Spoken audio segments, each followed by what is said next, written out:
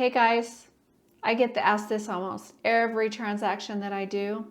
And that question is, when do I have to be out of my house if I'm selling? Or when can we move in if I buy a buyer? So, what I say is, that depends. That depends on what the contract says. So if you're using the Utah real estate purchase contract, in section 3, it talks about possession. It talks about closing and settlement and possession. So 3 things. 1 is settlement, right? That's when you go and you sign all your papers. 2 is funding and recording. That's called closing. Okay, so the title company, that's their job, is to transfer all the money, make sure that the title work is done, because once the funds are transferred, then they send the title off to the recorder's office at the county, and that gets recorded, and that's called closing. So when all of that happens in section 3, after all of that happens in section 3, then that's when that time clock starts.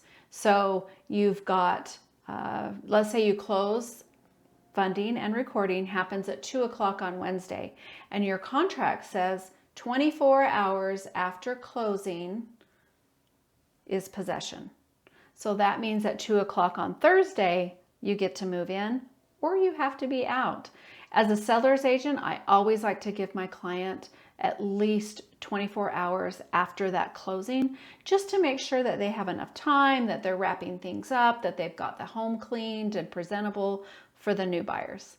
One time I had a seller and I said, okay, you got 24 hours after closing. And they were great, good. We're almost moved out, but we've got a few things in the yard and we've got to clean out the shed. And there's a couple of things in the basement. Good. Okay. They're on target. Well, it was dinner time that day. They said, okay, we'll finish up in the morning because we've got another 6 hours, 7 hours. Well, guess what happened? They get there the next morning and the buyers were moving their stuff in.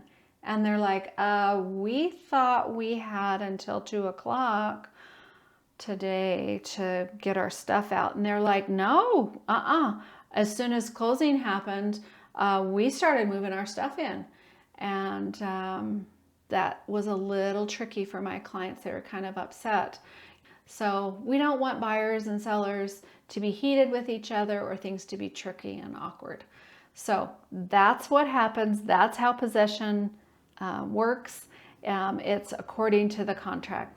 So I hope that helps you. I hope that it will never be tricky for you, that you'll understand that your agent will be clear. So good questions. Talk to you later. See ya.